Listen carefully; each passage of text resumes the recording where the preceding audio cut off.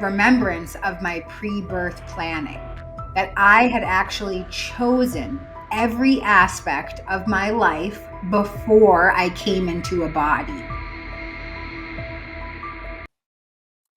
Hi, everybody. It's your girl E, and this is the Vision Rebirth Podcast, where we explore life changing stories of near death experiences, outer body experiences, divine dreams, meditations, and encounters with higher beings. Today, we have a special guest, Betty Guadagno, who is a transformational coach, podcast host of the Explore the Ordinary podcast, and serves as the NYC group leader of the International Association of Near-Death Studies. How are you doing today, Betty? Feeling very grateful. Thanks for having me. For sure. Now, I want to start this off because, of course, now you're doing all these great things. You're a transformation coach, and inspiring people and spiritual and everything. But it didn't start off that way. You were an atheist, an addict at a certain point in your life, and honestly, you were somebody that most people would write off as like going to hell or just being evil or what have you. But when you overdosed, you went to heaven. Can you just like walk us through that experience from Yeah. when you overdosed? Absolutely. Yeah. So my life before was like all chaos, all hedonism, all debauchery.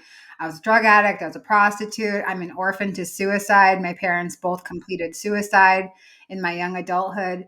So, atheism was what kept me grounded in reality, because if I thought that God existed, then I would have to think that my parents were somewhere terrible or that I would go somewhere terrible. So I just stayed hidden from God because it seemed easier until I had this overdose in 2019. And then it was impossible to hide from God anymore. But yeah, like the first part of my experience was a life review. And I was living the life of a drug addict. But not only that, I was a traumatized person who maliciously, intentionally traumatized other people. So my life review was not great.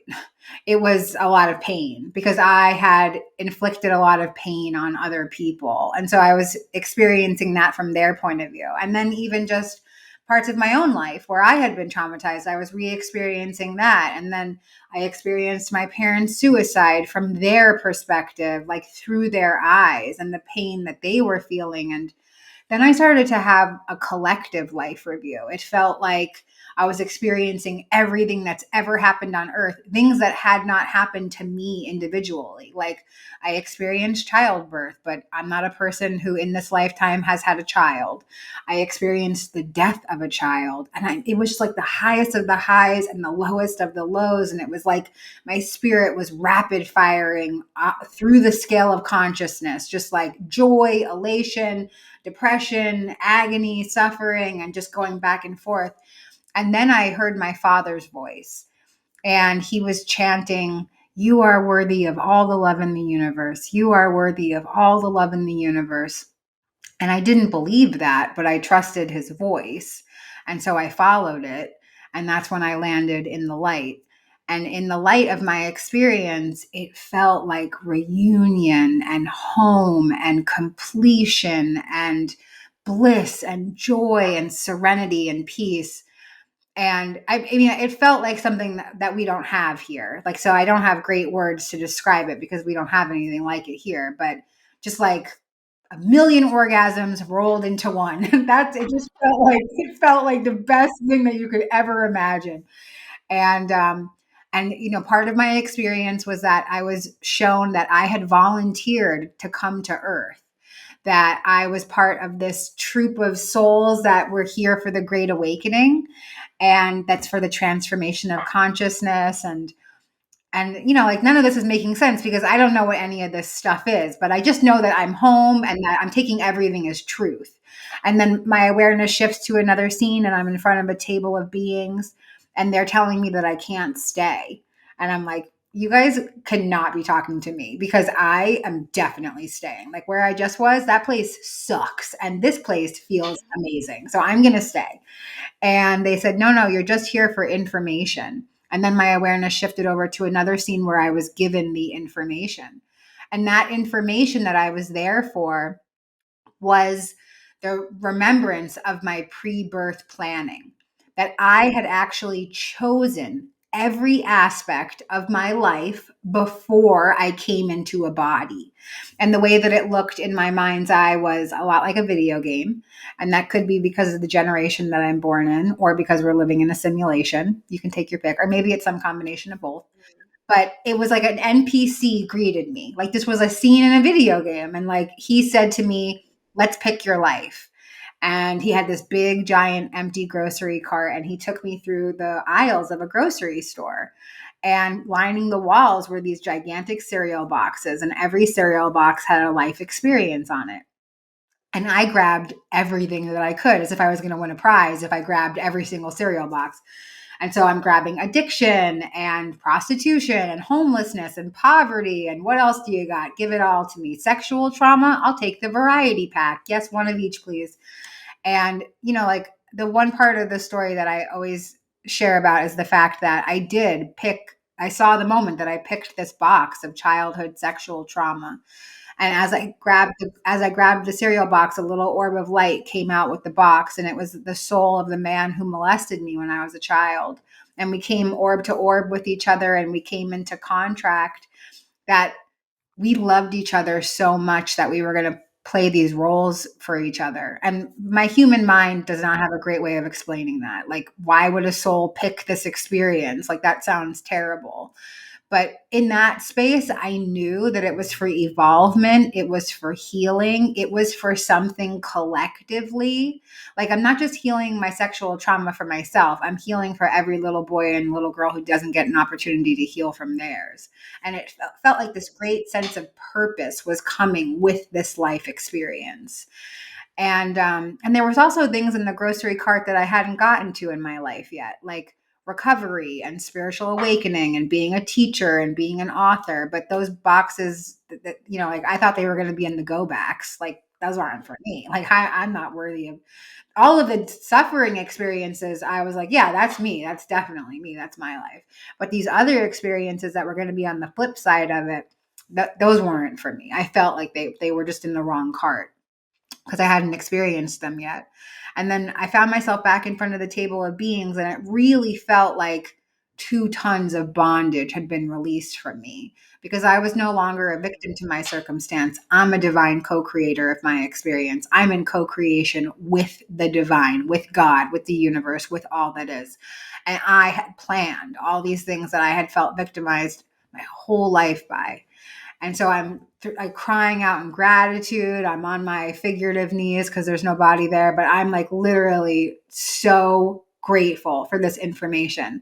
And I tell them, thank you guys so much. This is so incredible. I feel so free now. I'm still not going to go back to Earth because that place it's basically a dumpster fire. And like, I'll just watch the apocalypse from up here. Like, I don't need, what do you guys have? Like TV? What's your streaming service? Can I borrow somebody's password? Like, I'm just gonna grab some popcorn and watch it from up here. And they were like, no, miss, you will be going back. And I You just gotta I go felt like back. I was being punished. You know, I was like, what, why would you show me this? Why would you bring me here? And then you're gonna make me go back to like what? And then I could see my body outside of myself. And, you know, I crumpled up on my bathroom floor, naked, covered in vomit. I'm like, you actually want to squeeze my divine soul back into that hot mess? Like, that's not going to happen. Oh man. And they said, okay, if you don't go back into her, we'll show you the baby that you'll be born into because you are going back. And it's not as a punishment, it's just because you signed up for something and you have to complete it. And so then my awareness shifts to another scene again, just like a video game, like the start screen of a video game when you pick your character.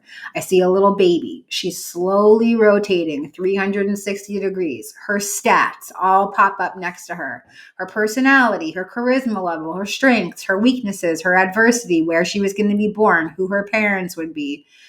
And then I kind of watched my life experience cart go into the frame. So like I had this awareness like, oh, she's going to live my life. All that crap that I just picked in the grocery store that no one could eat that much cereal, she now has to eat all that cereal. So I was going to have Oh, to do it wow. all over again. And so then my awareness was like, okay, if these are actually my only choices, going back into that broken, glitched body that I can't stand, or starting over from zero, like you're not really giving me much of a choice. I'm not going to start from zero. That's crazy. And the beings of light were really comforting after this. And they said, listen, this is not a punishment. We love you. And you've been training for lifetimes for this. And we're not going to let you miss your opportunity. This is the most exciting time to be on Earth. Earth is in the middle of a transformation, and you signed up for it. And we're not going to let you miss it. So, just trust us when we tell you that your life is going to be so much different than it was. And I was like, I do not trust you guys. You have given me zero reasons. No, I will not be going back with any kind of trust. But I had this awareness. They were really like telling me that I was going to have soulmates and kindred spirits and teachers and mentors and communities, and that the first part of my life was about isolation and suffering, and the next part of my life was going to be about overcoming and triumph. But, like I just thought that it was all drug induced psychosis. So when I sifted back into my awareness, I remember kind of like sitting up on my bathroom floor, like shaking my head, like, whoa, that was crazy. I was so high that I thought I was talking to God. Like, that's nuts. And that was Wow. it. It took me months to realize that my experience was a true one. Well, I want to break some things down because you're saying a lot of things like life review and awareness. So I want to break some of these down for people that may not know. This life review, like what was sort of like the catalyst of that? Like, is this something that you asked for, or is this something that just automatically happened as soon as you like realized you weren't in your body anymore? So it's interesting because a lot of people who have near death experiences, they describe that they go through a tunnel of light and then they're in heaven and then their team kind of slowly walks them through their life review. But for me, it wasn't like that. For me, it was like a tornado. It was like, an absolute tidal wave had come over me and washed over me. There was no tunnel. It wasn't like I was in the light feeling great and then I slowly reviewed my life. That was the first part of my experience. So it was just like, lights out and then straight into feeling. And, I was a drug addict for over 20 years of my life. And so feelings were not things that I was used to. I'm not used to feeling anything. But in my life review, I was feeling every feeling that's ever existed. So, I think it's different for different experiencers. For me, it was like absolute darkness immediately. And I mean, there was some good things in the life review too, but the majority of what really sticks out is like all the harm that I caused other people. And then you say when you reached the light, you heard your father's voice. Are you talking about your biological father or like our father? Yes. Well, interesting because no, at first it was my actual physical human father. And Yeah. so I trusted his voice because I knew it. But then it sort of morphed into every masculine voice that I've ever encountered. So, like my, loved ones that have crossed over. I had a boyfriend who died a few years before my experience. He was there. And then it did kind of become like this heavenly father voice. But no, at first it was my actual physical biological father. Okay, wow. And so then you mentioned the collective. You said you had your life review where you were shown everything, and then you heard your father's voice, and that's when you were in the light and you were able to experience a collective review. So can you explain like what the collective is? Yeah. So my understanding of it is like there is a collective consciousness that rules this experience, this earth experience. So like when I break it down a So little that's bit, like God almost, right? sort of. So I mean, I study a couple of different spiritual texts. So like one of the texts that I study would say that it's not God, it's actually us that creates this collective experience because I don't think that God necessarily has the capacity to experience suffering because God is nothing but unconditional love. But us, as like these little defiant souls who decided to come and have this experience because we thought that we could outcreate the creator, we had an Mm, experience that's dual in nature, because that's what Earth was all about. Earth is about duality. So cool. in the Yeah. collective review, it was like every person that's ever existed on Earth, like every experience that could ever happen was happening to me all at once. I was really being blasted open with what the Earth design is about. So part of it was like the fall, like the quote unquote fall from grace. Like I study A Course in Miracles. A Course in Miracles would call it the tiny mad idea. But it streams through every mythology. So, like if you think about Lucifer refusing to submit to Adam, like this was that moment. I was experiencing that, and then this what happened on Earth is what that collective review was. So, like at first, it was the defiance, the refusal to submit, and then it was okay. Now this is what happens when you refuse to submit and you think Mm. that you can outcreate the creator. Wow, you create this duality Yeah. that we live in now that's Yeah. like good, evil, boy, girl, up, Right. down. Yes. Yes. Interesting. Now, these other beings that you ran into, can you just like explain maybe what they look like, maybe who they were? Because I know me, like I've kind of looked at aliens as like really that's what the other beings are. Like we think they're aliens, but they're really just these higher beings that also come from the creator. Yeah. So, can you explain that a little bit? I really like that. Yeah. I think that angels and aliens are interchangeable. It's just like it's the Yeah. same thing, but we use different language. And again, I think that it's also designed towards individual people. So somebody might be freaked out by the idea of an alien because it's something that they don't understand and they can't see and they don't know what it is. But they might accept the idea of an angel, even though it is also something that they can't fully understand, they've never seen, and is invisible. So for me, like the beings didn't necessarily have shape. It kind of changed throughout the course of my experience. So like when I was first in the experience and I was being told that I'm a spiritual soldier, I was surrounded by thousands of other beings in their light bodies. So it was like a human shape, but it was no features, no gender, just light, but in the shape of a human body. And then as it shifted, when I was in front of the table of beings, they didn't have any shape. Like I couldn't see them at all, but I knew that there were individual sort of beings with me. And then in the grocery store experience in my pre-birth planning, my soul was represented by just an orb of light. So like the form had gone and now it's just an orb of light. So I don't know, like the way that I kind of perceive it is as I was getting further into the experience, I was seeing more of our true nature. So like at first I had to see human form because like how am I going to piece together what's going on? That's what you recognize. Right. And then that's how my brain was going to comprehend what was going on. And then as I got further into the experience, it was like, well, no, actually, you're just a little ball of light. Like you're literally like you're nothing. Like you're just a Energy. ball of light. Yeah.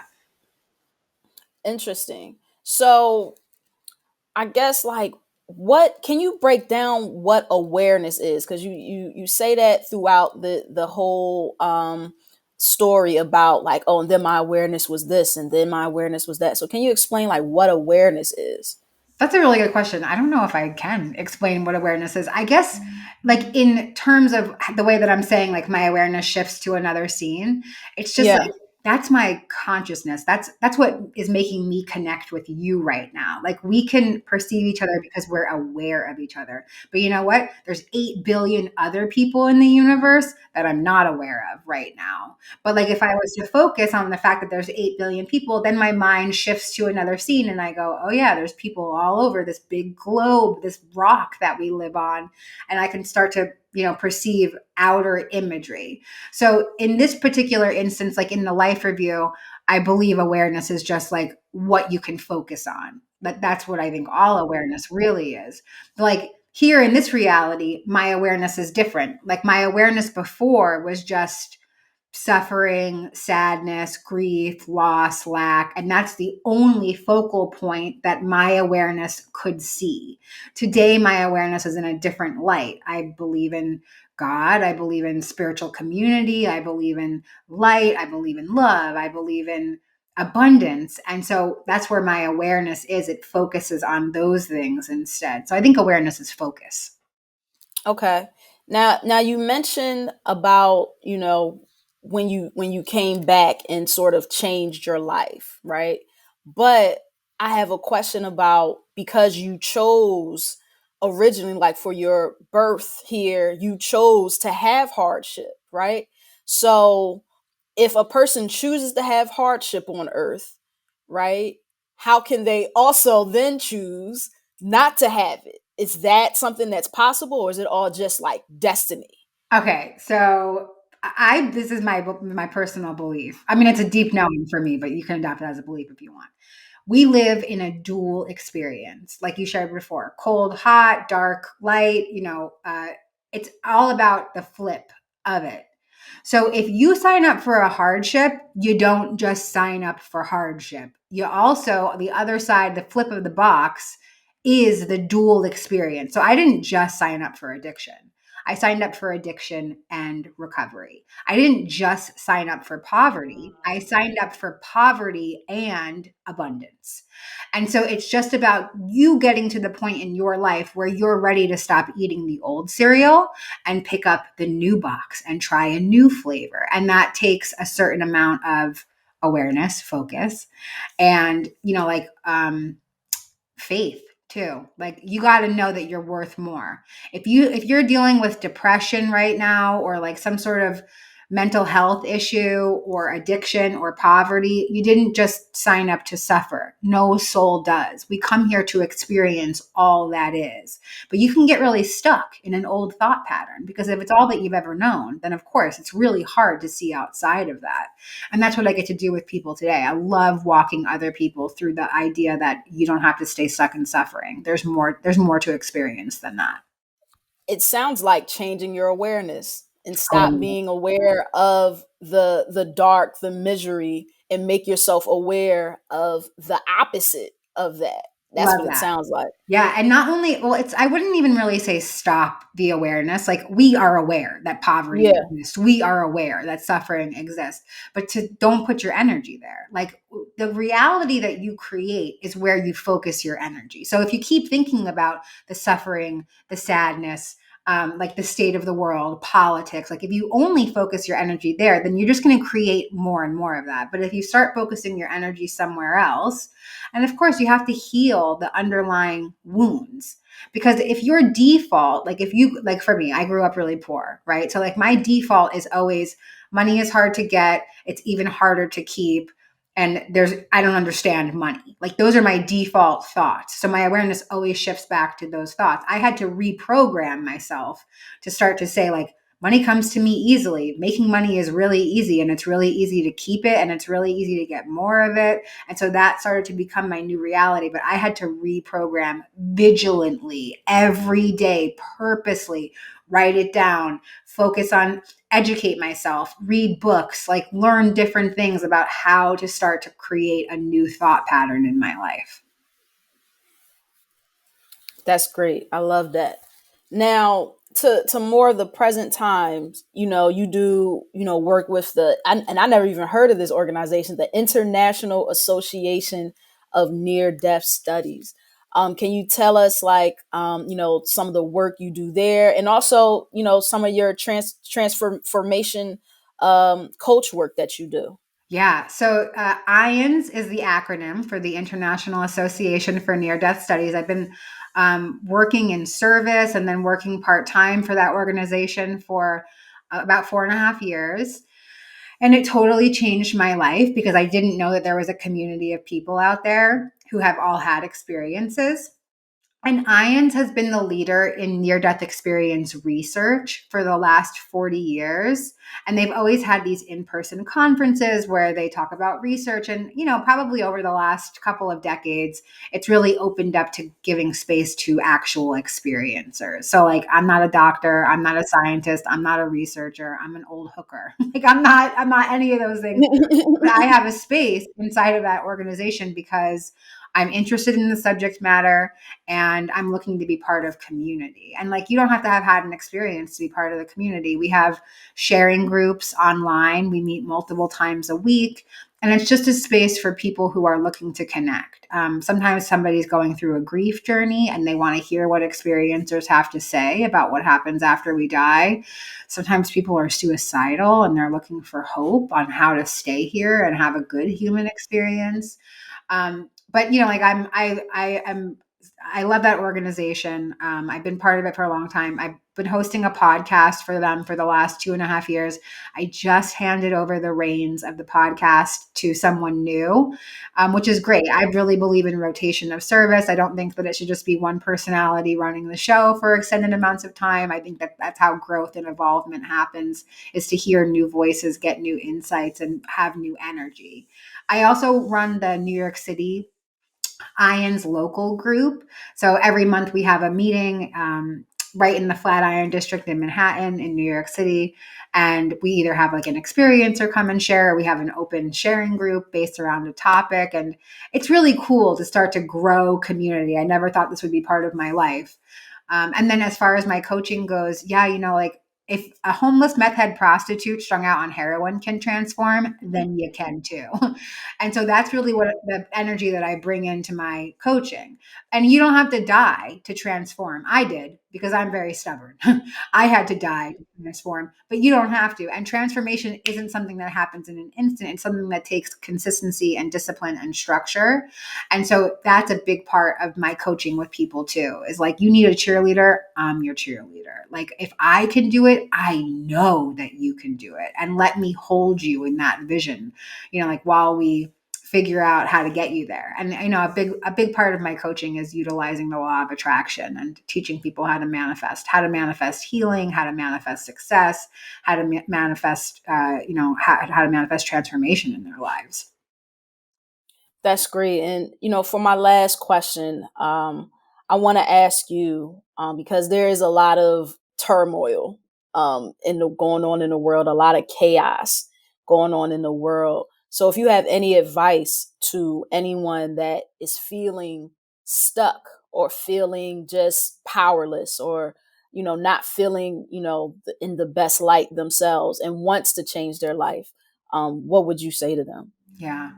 Don't watch the news. That's my number one advice. Do not watch the news. You don't need to. But how will I stay informed, Betty? You don't have to. If it's really for you, you're going to find out. But not only that, like, you need people. What I believe, that we come here in tribes of souls. So like, you're meant to find your soul family. But even if you don't want to believe in a concept like that, in the beginning of time, we were parts of tribes of people, because if you weren't, you would get eaten by a lion. And today the lions are different. Today the lions are depression, their isolation, their suffering, their sadness. So, but you need other people. Like, I can't see dirt behind my own ear. I need another person to like lift me up, call me on my bullshit, and tell me what's going on in my life. And I truly believe that other people are the key to that. So, like, find, just even if it's just one person in your life to help lift you out of whatever hole you're in. Because if I'm by myself, I'm with the person who got me into the mess in the first place. Okay. I dug myself into a hole. I'm not going to be able to dig myself out of it. I need somebody to lift me up. And so, however that comes for you, like if you're somebody that's dealing with addiction, find a 12-step fellowship. I belong to 12-step fellowship. It's completely changed my life. I work the 12 steps. Find a spiritual community, find a group of people who are into something that you're into. Do you like knitting? Go find a knitting club. Like, just find something that you can do to interact with other people, because I think that that's really what the world is about. And, we're so isolated today. Like, our phones are our best friends. Like, this is my last addiction. I won't let go. But but we really do. We need other people. That's a huge thing that I truly believe in. Find your people. Love that. Betty, can you give us your socials and let us know where the people can find you? I'll definitely also have this in the description as well. But yeah, Yeah. let the people know. Please, yes. I would love to connect with anybody who's willing. I have a website. It's buddhabetty.com. It's just a play on words. I'm not a Buddha yet. That's my handle on all my social media too, Buddha Betty. And I really, even if like I can't connect with you in a one-on-one way, like where if you want coaching or something, if that's not your path right now, I would love to shepherd you to free communities. I have a spiritual community. We meet on Tuesday nights. It's just a free Zoom. We just get together. We talk about a topic. Whatever I can do to make you feel like you're a part of, I would love to be able to do that. So please feel free to reach out and connect. That's love. Well, thank you so much, Betty, for taking the time out and sharing your story. I know I really enjoyed it. It's very, very powerful. And I hope to like keep on hearing stories like that and connecting with in community and with people like you. So thank you so much again. Again, this is the Vision Rebirth Podcast. My name is E, and that's a wrap. And cut.